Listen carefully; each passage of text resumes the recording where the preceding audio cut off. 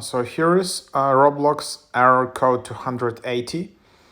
And you can see this disconnected. Your version of Roblox may be out of date. Please update Roblox and try again. Error code 280.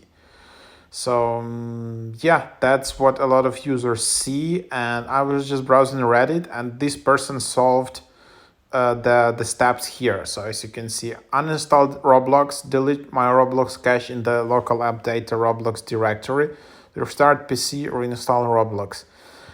It seems that not deleting the cache and resetting the PC before attempting to install causes the issue to persist past reinstallation.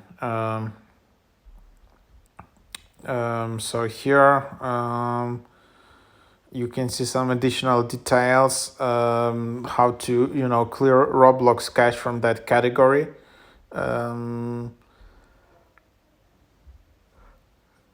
And then you try just to follow these 4 steps, and then you can always reach out for Roblox.com support. Just try to clear cache basically this way.